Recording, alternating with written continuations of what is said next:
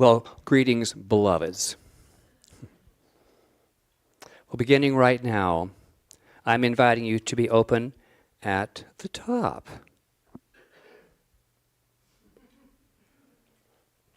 I love this the symbol because many times it's a sign of victory. You know, it's a happy sound or a gesture. It's a yippee. It's a dance move. It's all those aspects of victory. For me, it's to think beyond and above all that I've come to believe.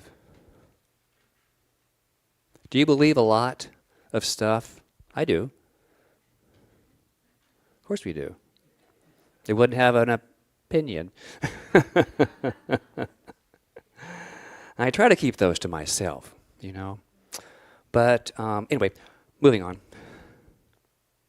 So to think beyond and above all you've come to believe about yourself, about your life, about your labels, what was, and what lies ahead.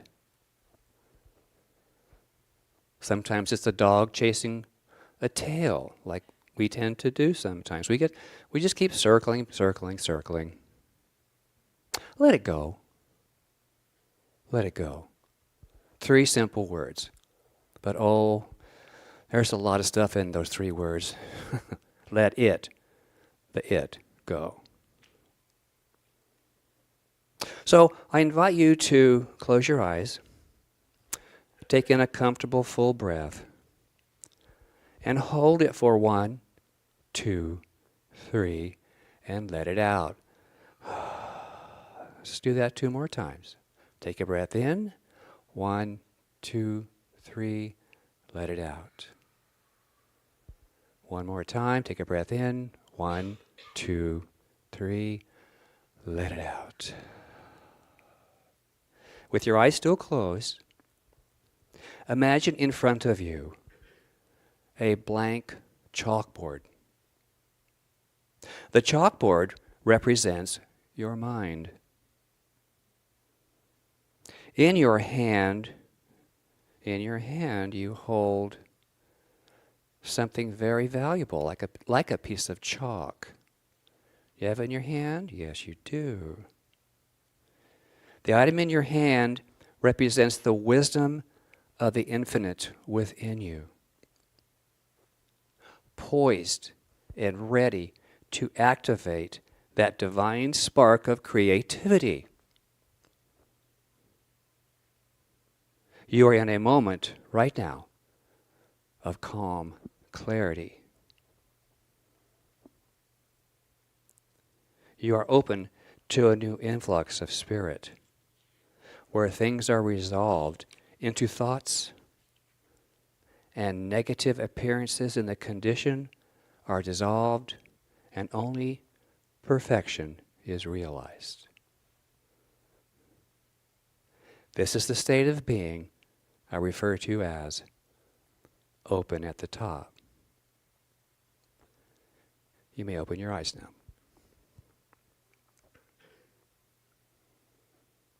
This open at the top is a state of being where you get to have a truth intervention and to let go of all the BS, all the belief systems that we've had.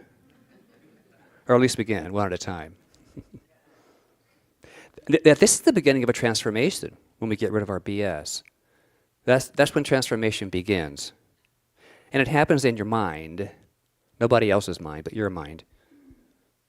You can only do your own stuff in your mind, your own mind work. Practitioners can assist you with uncovering what that is. And then it's up to you to deal with it and work with it, all the it's of letting it go. From the Bible, Romans 12, be transformed by the power of your mind. It's all over the place. Many teachings, many different religions begin with the mind. So, also for me, a vital lesson for transformation is allowing yourself to be vulnerable. How do you feel about that? Ooh. Ooh.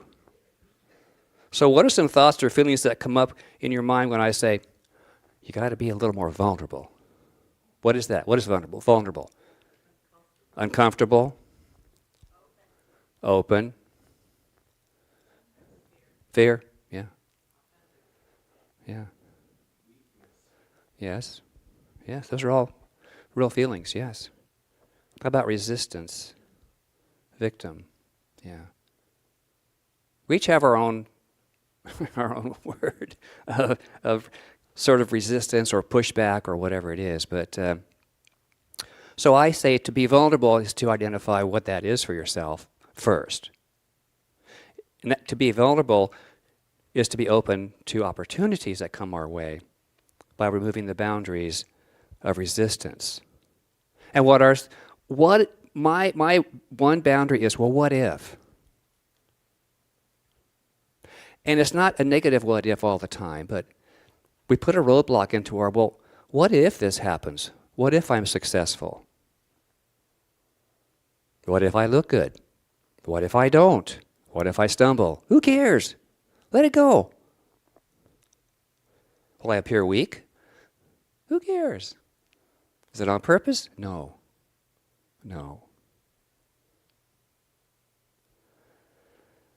What being vulnerable is the inability, being vulnerable is the inability to resist. Get that? The inability to resist. What if vulnerability is the opening to accepting the good? We call it a portal these days. Rings true for me. But there are those friendly buts, spelled B-U-T-S. Buts separate. I would have or do or enjoy the goodies of life, but anybody use but? Sometimes we are that thing, we butt out. But separate. I would have or do or enjoy the goodies of life, but buts deny us. They push it away. So every so often, a lingering but of mine is the P word, procrastination. Anybody else? Oh, yeah. A tax time? Oh, I only have 2 more days. But the problem is, the P delays the blessings. It pushes them away. Wishes, love, wisdom, beauty, all the words all the aspects, all the feelings that we embrace. It slows down a full manifestation of that which we truly deserve. Repeat after me, please. We're going to reframe the thinking of many of us. Blessings have no boundaries. In my reality. Thank you very much. Now, you and I are continuously being urged by the infinite knower to push beyond limitations caused by those experiences in life. My lesson focuses on the blessings of being vulnerable. You mean there's blessings in being vulnerable? Yes. Mark Nepo in the Endless Practice focuses on becoming who you were born to be, and that's our book of this month. And the key word is becoming. Becoming who you were born to be. That means we're always becoming. There might be a stop at a station on the tracks of becoming, but then the train must move on to something else, to the next, to the next, to the next. It's an adventure. And he wrote on page 68, titled, "Though sometimes we fail," he writes, and I quote, "Sometimes we don't realize there is nothing to be done. until we've tried everything. I don't think this means we failed, though sometimes we fail. I think it means we've been thorough in our humanness when we've exhausted everything else we can think of. And it's only through our humanness that we can meet difficulty, stay vulnerable, and be completed by all that is not us. Only by meeting life completely in all its entanglements can we find our way to the aliveness we all need in order to go on. Keep moving on. End of quote. Well, a couple weeks ago, I was informed of one of my tenants, the intention to release one of the 2 leased spaces. How do I proceed? I asked myself. I could ignore it. Mr. P popped up, Mr. Procrastination. I could deny, oh, you can't leave, you can't do that. No, all this. and so I told myself, I don't have time for this. I'm busy. I may as well wait until, given the 30-day notice, I could stall a little bit and not even address it. Yeah. It doesn't work. Well, it works, but not it. Well, maybe the tenant will have a change of mind. Well, I knew I had to take immediate action before I sabotaged myself once again. I was the one to have to change my mind. So, I contacted a realtor friend of mine here in Chico to recommend a leasing agent. That very day, I was connected. And so my first intention was to have this individual advertise and lease the 1 space. Well, to start, the agent was not 1, but 2. It was a team. And we met that very week. And right away, I knew I had made the right connection because their priority is to build a relationship. It wasn't just about that one hit.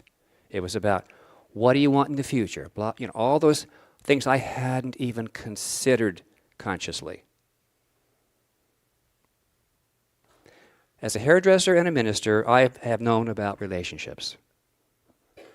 And I knew at that moment these were the ones.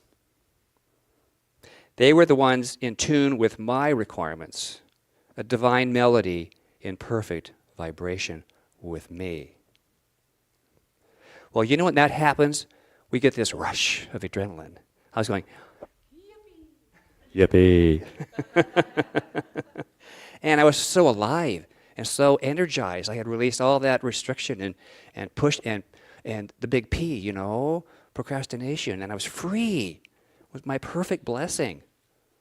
And I wanted to share that with you because it's an energized, relieved, and yet peaceful feeling all at the same time. So I'm going to invite the AV team to cue up the video. And I want you to hold on to your... Okay. And just watch this for about a minute and a half, I think it is.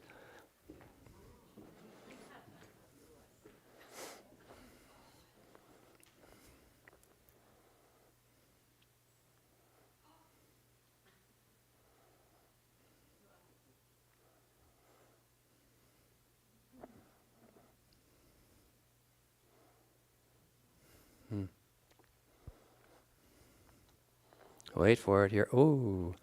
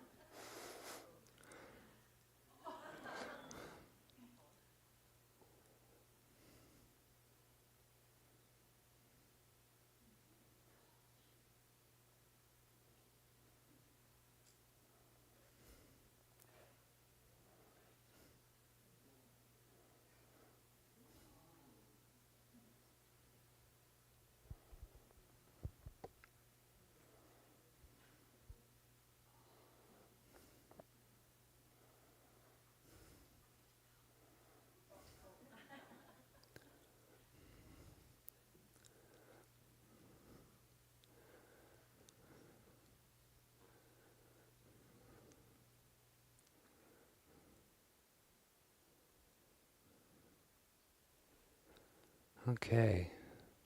Watch this.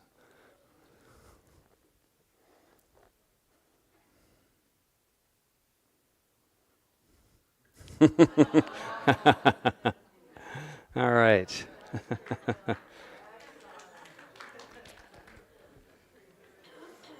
Beloveds, there's power in the push. When you're pushing towards something, not against it. They say when we have a very powerful mind, and I believe that. This is a symbol of what the power of the mind can do and how it affects all else around us. The domino is the reminder that you hold the beginning, an idea, a concept, an emotion, a demonstration right in your hand. It's complete right here. You are always at the divine moment of choice right here. Your butts of procrastination can hold tight, or you can give it a push and see where it'll go. This is living open at the top through being vulnerable.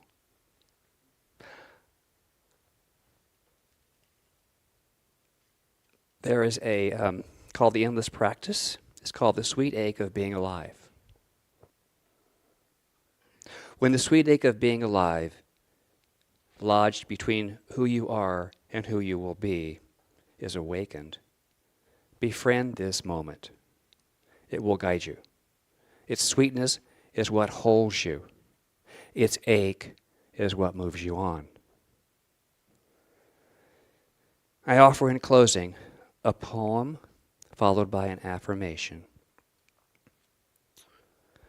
It's called The Wonderful World Within. It's a wonderful world we call ourself. Wide as our love is wide, high as our hopes that ride the sky, deep as our faith's deep tide. A constantly new, exciting world, with vast lands yet unmapped, great veins of undiscovered ores, resources still untapped. A world that lures the venturesome to seek its wealth untold, to penetrate its forest depths, to bring to light its gold. A wonderful world we call ourself, wide as our love is wide, high as our hopes that ride the sky, deep as our faith's deep tide. Helen Lowry Marshall. Please repeat after me. I am vulnerable to the blessings offered and realized. To the blessings offered and realized. I push through all procrastinations, opening to greater freedom, wisdom, and love. Namaste. So it is.